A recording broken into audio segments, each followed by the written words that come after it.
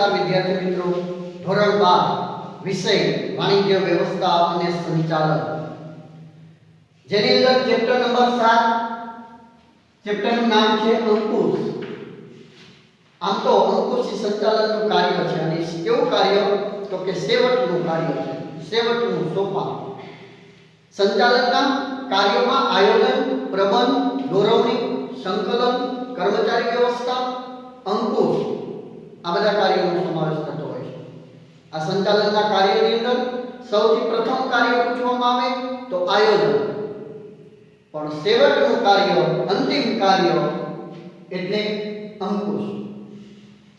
અંકુશ એટલે શું? ખાસ યાદ રાખજો, અહીંયા અંકુશ છે એ રચનાત્મક પ્રવૃત્તિ છે.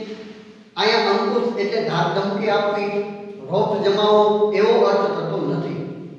અંકુશ એટલે કર્મચારીઓને પર સતત દેખરેખ રાખવી, કર્મચારીઓને સતત માર્ગદર્શન આપવું. કંઈક નાની નાની ભૂલો હોય, વિચલનો હોય, નાની નાની ખામીઓ હોય તો એ ખામીઓને ઝડપથી સુધારવી એવા પ્રયત્ન કરવા, એવું કાર્ય એટલે અંકુશ. અહીંયા અંકુશનો મતલબ રોપ જમાવો એવો થતો નથી. ધાક ધમકી આપવી, દબાવવા એવો કોઈ અર્થ નથી અંકુશનો. અંકુશનો અર્થ હકારાત્મક છે, નકારાત્મક અર્થ નથી. અંકુશનું કાર્ય શું છે? ખાસ યાદ રાખજો કે સંચાલનનું પ્રથમ કાર્ય એટલે આયોજન, અને આ આયોજન મુજબ કાર્ય થાય છે કે નહીં તેના પર દેખરેખ રાખવાનું કાર્ય એટલે અંકુશ. એટલે આમ જોઈએ તો સામાન્ય અર્થમાં તમે સમજી શકો છો, એકમમાં કેના મુજબ? આયોજન મુજબ, પ્લાનિંગ મુજબ, ધ્યેય મુજબ. બરાબર છે? આયોજન મુજબ કાર્ય થાય છે કે નહીં તેના પર શું રાખવાની? દેખરેખ રાખવાની, એનું કાર્ય એટલે અંકુશ. બહુ સરસ વાત કરી છે. કોણે? તો કે પીટર એફ ડ્રકર સાહેબે. શું કીધું છે? અંકુશ એટલે પ્રયત્ન અને પરિણામ, સાધનો અને ઉદ્દેશ્ય, આ સર્વેની વચ્ચે સમતુલા સાધવાની પ્રક્રિયા, પ્રવૃત્તિ એટલે અંકુશ. રેડી? યાદ રાખજો શું કહે છે? પ્રયત્ન તમે કરો છો, એ પ્રયત્ન અને પરિણામ.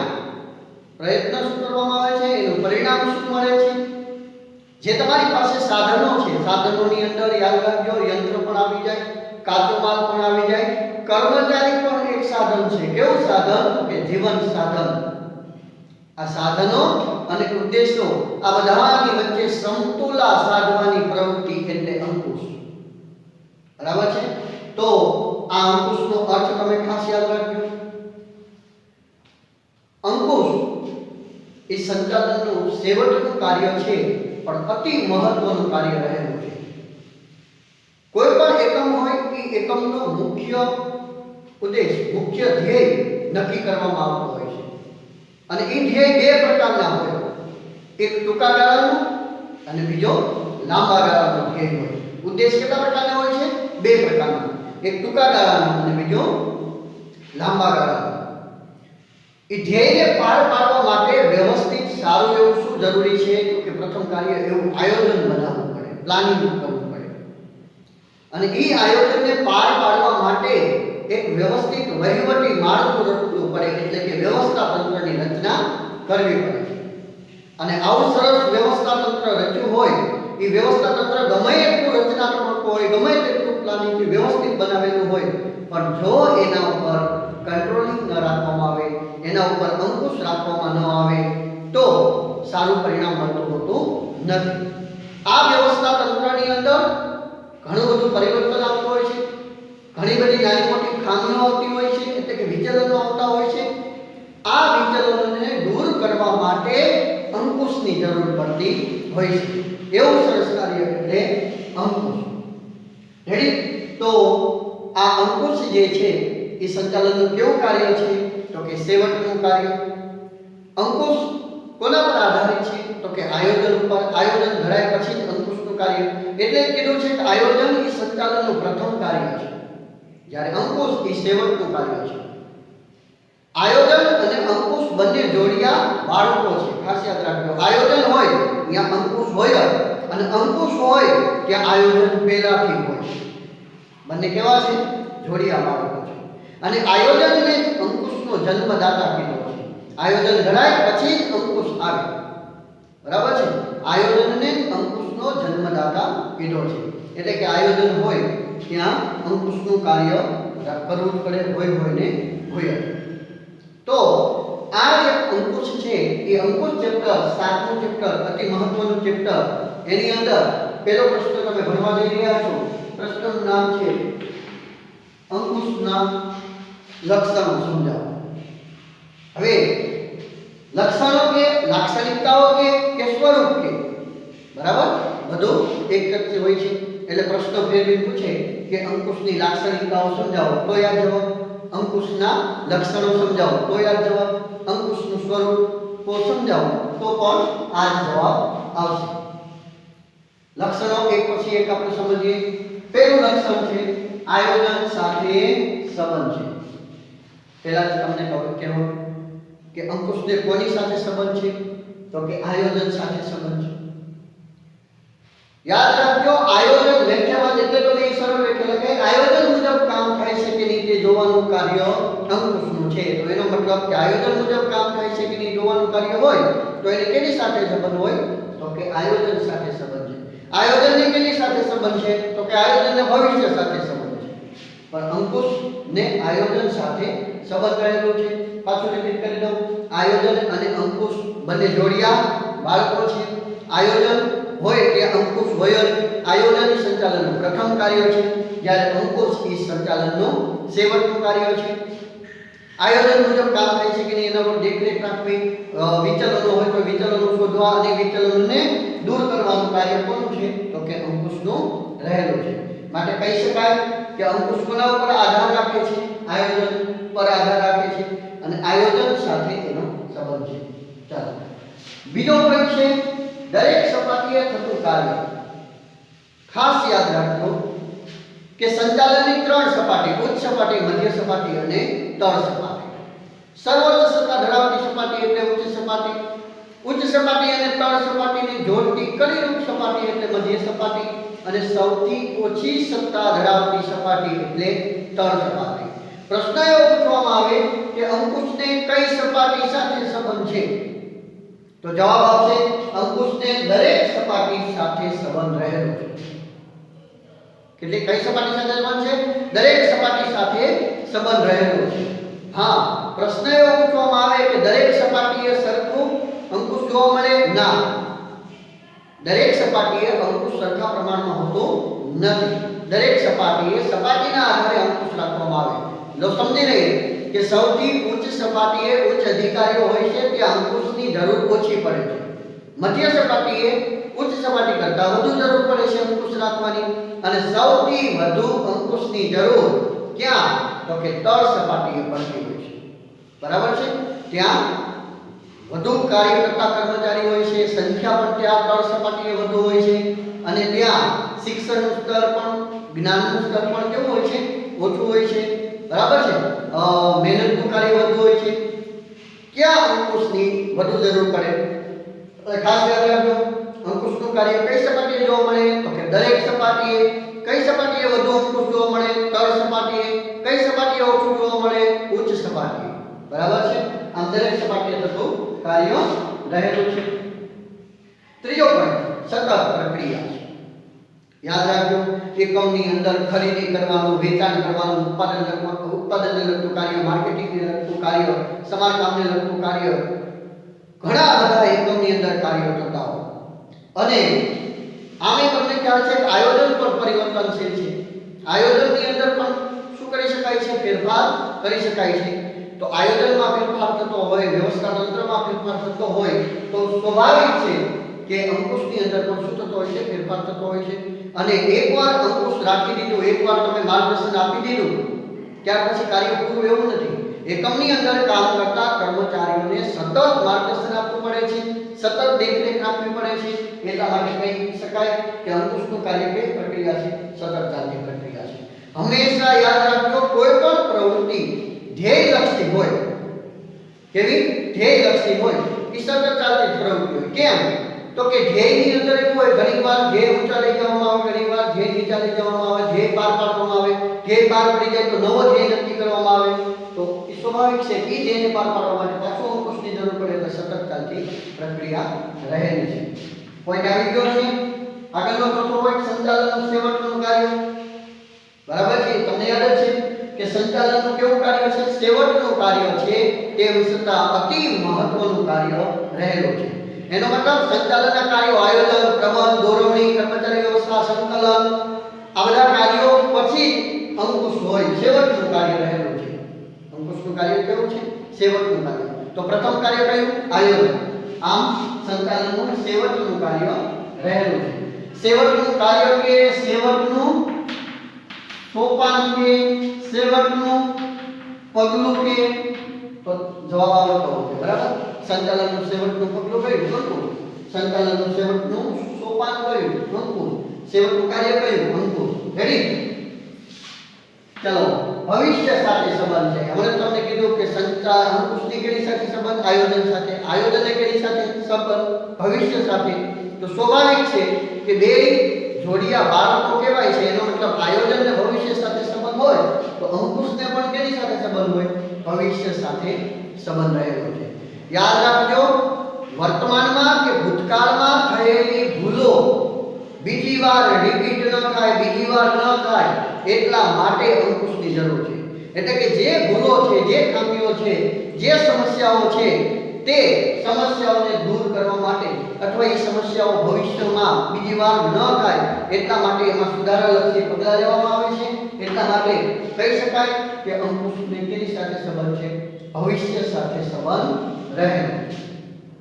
ઓકે, આગળનો પોઈન્ટ છે છઠ્ઠો પોઈન્ટ, રચનાત્મક પ્રવૃત્તિ છે. અંકુશ કેવી પ્રવૃત્તિ છે? રચનાત્મક પ્રવૃત્તિ. યાદ રાખજો, અંકુશ છે તે રચનાત્મક પ્રવૃત્તિ છે. મેં તમને કહ્યું એમ અંકુશ હકારાત્મક પ્રવૃત્તિ છે, નકારાત્મક પ્રવૃત્તિ નથી. અંકુશનો હેતુ ધાક ધમકી આપવાનો નથી. અંકુશનો હેતુ છે કર્મચારીઓને પ્રોત્સાહન આપવાનો, કર્મચારીઓને માર્ગદર્શન આપવાનું, કર્મચારીઓની નાની મોટી ભૂલો હોય ભૂલો સુધારવાનો. એને કેવી પ્રવૃત્તિ કહેવાય? એને રચનાત્મક પ્રવૃત્તિ કહેવાય. બરાબર છે? ભૂલ સુધારવાનો હેતુ છે, માર્ગદર્શન આપવાનો હેતુ છે, એની ઉપર રોક જમાવવાનો હેતુ નથી. ખાસ યાદ રાખજો, આ કોઈ 2 માર્કમાં પણ પૂછાય છે કે કર્મચારી અંકુશ છે રચનાત્મક પ્રવૃત્તિ છે, સમજાવો. તો તમને ખ્યાલ હોવો જોઈએ રચનાત્મક એટલે શું? રચનાત્મક પ્રવૃત્તિ છે, હકારાત્મક પ્રવૃત્તિ છે, નકારાત્મક પ્રવૃત્તિ નથી. એટલે પહેલા તમે સમજાવી શકો, અંકુશનો હેતુ ધાક ધમકી આપવાનો, રૂબાબ જમાવવાનો, કર્મચારીને નીચા દેખાડવાનો, આવો કોઈ કંટ્રોલિંગનો હેતુ નથી. એનો મુખ્ય હેતુ શું છે? કર્મચારીઓને માર્ગદર્શન આપવાનું, કર્મચારીઓ પર દેખરેખ રાખવાનું, કર્મચારીઓને પ્રોત્સાહન આપવાનું, કર્મચારીઓની કોઈ નાની મોટી ભૂલ હોય તો એ ભૂલ ઝડપથી સુધારવાનું અને એ ભૂલ ભવિષ્યમાં બીજી વાર ન થાય, આવો હેતુ રહેલો છે. તો આ હેતુ તો સારો છે, સારો હેતુ છે, તમારે કેવું કહેવાય? આ રચનાત્મક પ્રવૃત્તિ રહેલી છે. ઓકે, ચલો આગળનો પોઈન્ટ 7મો, આંતરિક પ્રક્રિયા છે. અંકુશ તમે એકમની અંદરના કર્મચારીઓ પર રાખી શકો. તેના ઉપર કર્મચારીઓને માર્ગદર્શન આપી શકો. અંકુશ છે એ આંતરિક પ્રક્રિયા છે. ઉત્પાદનમાં, માર્કેટિંગમાં, ગુણવત્તામાં, આમાં તમે બધામાં અંકુશ રાખી શકો. એટલે કે કેવી પ્રવૃત્તિ છે? કર્મચારીઓ પર તમે અંકુશ રાખી શકો, એટલે આંતરિક પ્રક્રિયા છે. એનો મતલબ એમ કે બાહ્ય પ્રક્રિયા નથી. બાહ્ય પરિબળો પર આની કોઈ અસર નથી. બાહ્ય પરિબળો એટલે શું? તેજી મંદી. અંકુશ તમે રાખો એટલે તેજી મંદી ન આવે એવું હોય ના. અંકુશ રાખો એટલે સરકારની નીતિ બાહ્ય પરિબળ છે. સરકારની નીતિ બદલાવાની હોય બદલાવાની છે, એની ઉપર અંકુશનો કોઈ પાવર છે નહીં. એની ઉપર અંકુશ તમે રાખી શકો નહીં. ખાસ યાદ રાખજો, કર્મચારીઓ ઉપર રાખી શકો, તમે માલિકો ઉપર રાખી શકો, કર્મચારીના તાબેદારો ઉપર રાખી શકો, તમે એના ઉપર અંકુશ રાખી શકો. બાહ્ય પરિબળો ઉપર કોઈ પ્રકારનો અંકુશ રાખી શકાતો નથી. બાહ્ય પરિબળો એટલે શું? તેજી મંદીના વમળો હોય, સરકારની નીતિ હોય, અથવા તો કોઈ કુદરતી પરિબળો ઉપર પણ અંકુશ છે નહીં. બરાબર છે? એટલે માટે આને કહી શકાય અંકુશ એ આંતરિક પ્રક્રિયા છે, બાહ્ય પ્રક્રિયા નથી. આંતરિક પરિબળો ઉપર અંકુશ રાખી શકાય, બાહ્ય પરિબળો ઉપર આનો કોઈ અંકુશ રાખી શકાતો નથી. ગતિશીલ પ્રક્રિયા છે. કેવી છે? ગતિશીલ પ્રક્રિયા છે. યાદ રાખજો, સતત નવા નવા ધ્યેય આવવાના, સતત નવું નવું આયોજન આવવાનું, નવું વ્યવસ્થા તંત્રની રચના થવાની, એ ધ્યેયને પાર પાડવા માટે સતત નવી ટેકનોલોજી આવવાની, એ બધીમાં ભૂલો સુધારવા માટે સતત ને સતત શું જરૂરી છે? અંકુશ રાખવું જરૂરી છે. એટલા માટે એવું કહી શકાય કે અંકુશ છે એ કેવી પ્રવૃત્તિ છે? ગતિશીલ પ્રવૃત્તિ છે, સતત ચાલતી પ્રક્રિયા છે. પરિવર્તન એમાં જરૂરી છે, પરિવર્તનશીલ પ્રક્રિયા છે. બરાબર છે. સમય સંજોગો પરિસ્થિતિ અનુસાર આમાં ફેરફાર કરવો પડતો હોય છે, એટલે કહી શકાય સતત ગતિશીલ પ્રક્રિયા રહેલી છે. આગળનો પોઈન્ટ 9મો પોઈન્ટ છે વ્યક્તિલક્ષી પ્રવૃત્તિ. અંકુશ કેવી છે? વ્યક્તિલક્ષી પ્રવૃત્તિ. અંકુશ રાખનાર કોણ? વ્યક્તિ. અંકુશ કોના ઉપર રાખવાનું છે? કર્મચારીઓ ઉપર. એ કોણ? વ્યક્તિ. અંકુશ રાખનાર માલિક વ્યક્તિ, કર્મચારી વ્યક્તિ, તાબેદાર વ્યક્તિ, ગ્રાહકો છે એ વ્યક્તિ. આમ કહેવાનો મતલબ વ્યક્તિ દ્વારા, વ્યક્તિ માટેની જે પ્રવૃત્તિ છે એટલા માટે કહી શકાય કે આ વ્યક્તિલક્ષી પ્રવૃત્તિ છે. અંકુશ તમે યંત્ર ઉપર ન રાખી શકો. ચલે યંત્ર કેમ બંધ પડી ગયું એમ ન રાખી શકો. બરાબર? અંકુશ કોની ઉપર રાખવાનું છે? વ્યક્તિઓ ઉપર, કામદારો ઉપર, તાબેદારો ઉપર. બરાબર છે? કર્મચારીઓ ઉપર, અમૂલ્ય અસ્કાયવત પર. એટલા માટે કહી શકાય કે વ્યક્તિલક્ષી પ્રવૃત્તિ રહેલી છે, બીજે એની અસર થતી નથી. આગળનો પોઈન્ટ 10મો પોઈન્ટ, અંકુશ વૈદિક કે અવૈદિક હોઈ શકે છે. તમને અહીંયા પ્રશ્ન છે વૈદિક એટલે શું અને અવૈદિક એટલે શું એ સમજવાનું છે તમારે. બીજું તો તમે સમજી ચૂક્યા છો. અંકુશ એ કેવો છે? વૈદિક હોય છે. વૈદિક એટલે શું? તો કે વ્યવસ્થા તંત્રની અંદર કેમ સત્તા અને જવાબદારીની સોંપણી થાય. હવે સત્તા અને જવાબદારીની સોંપણી થઈ હોય, તમારી ફરજનો એક ભાગ હોય અને તમે કાર્ય કરો છો, તો એ કેવું કહેવાય? વૈદિક. બરાબર છે?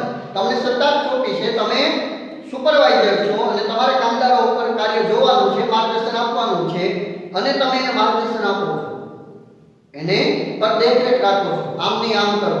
બરાબર છે? તો એ કેવું થયું કે વૈદિક થયું, એટલે સત્તા અને જવાબદારીની સોંપણી કરી છે એટલા માટે એ કાર્ય કરે છે, અંકુશ રાખે છે. કેવું થયું? વૈદિક. પરંતુ ઘણીવાર અંકુશ કેવું હોય? અવૈદિક પણ હોય. પહેલા વૈદિક હોય, હવે વૈદિક એટલે સત્તા અને જવાબદારીની સોંપણી કરી છે એવું, પણ 6 મહિના 12 મહિના જાય એટલે કર્મચારી વચ્ચે આંતર સંબંધો સ્થપાય, મિત્રતાના ભાવ આવી જાય, લાગણી આવી જાય. એટલા માટે એ જે અંકુશ રાખનાર વ્યક્તિ છે એ સુપરવાઇઝર છે, એ બહાર જાય ત્યારે બાજુમાં જ બેઠેલો જૂનો એનો કર્મચારી જે 10 વર્ષથી એકમની અંદર કામ કરે છે એવો અનુભવી એ કર્મચારી ઊભો થાય અને એ બાજુના બીજા કર્મચારી એના મિત્રને શીખવાડે કે એમ નહીં, તો બેસવાની જે સ્ટાઇલ છે ને બદલી નાખે. આમ બેસે છે ને કરતા આમ બેસે તો તારા કામમાં ઝડપ વધશે. બીજું તો કે જે આ હાથથી આ પ્રક્રિયા કરે છે ને એને બદલે આ રીતે કર, યંત્રને આ રીતે કર, તો તારી ઝડપ વધશે અને ગુણવત્તામાં સુધારો થશે. એવું એનો મિત્ર એને શીખવે છે. યાદ રાખજો, એને એવી સત્તા અને જવાબદારીની સોંપણી કરી છે ના, તેમ છતાંય શીખવે છે તો કે હા, તો એ સંબંધ કેવો આવી ગયો? મિત્રતાનો, લાગણીનો, બરાબર, પ્રેમનો, હૂંફનો. તો આવો જ્યારે સંબંધ આવે એને શું કહેવાય? અવૈદિક.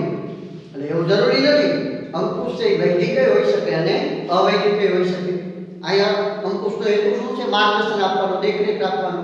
એટલે મિત્રની દેખરેખ રાખતો એને માર્ગદર્શન આપતો હોય, એટલે અંકુશ વૈદિક હોઈ શકે અને અવૈદિક પણ હોઈ શકે. તો આ છે ચેપ્ટર નંબર 7 અંકુશનો પહેલો પ્રશ્ન, અંકુશના લક્ષણો. ખાસ યાદ રાખી લેજો, પાકા ચોપડામાં વ્યવસ્થિત સારા અક્ષરે ઉતારી લેશો. જય હિન્દ, જય Bharat. Thank you very much.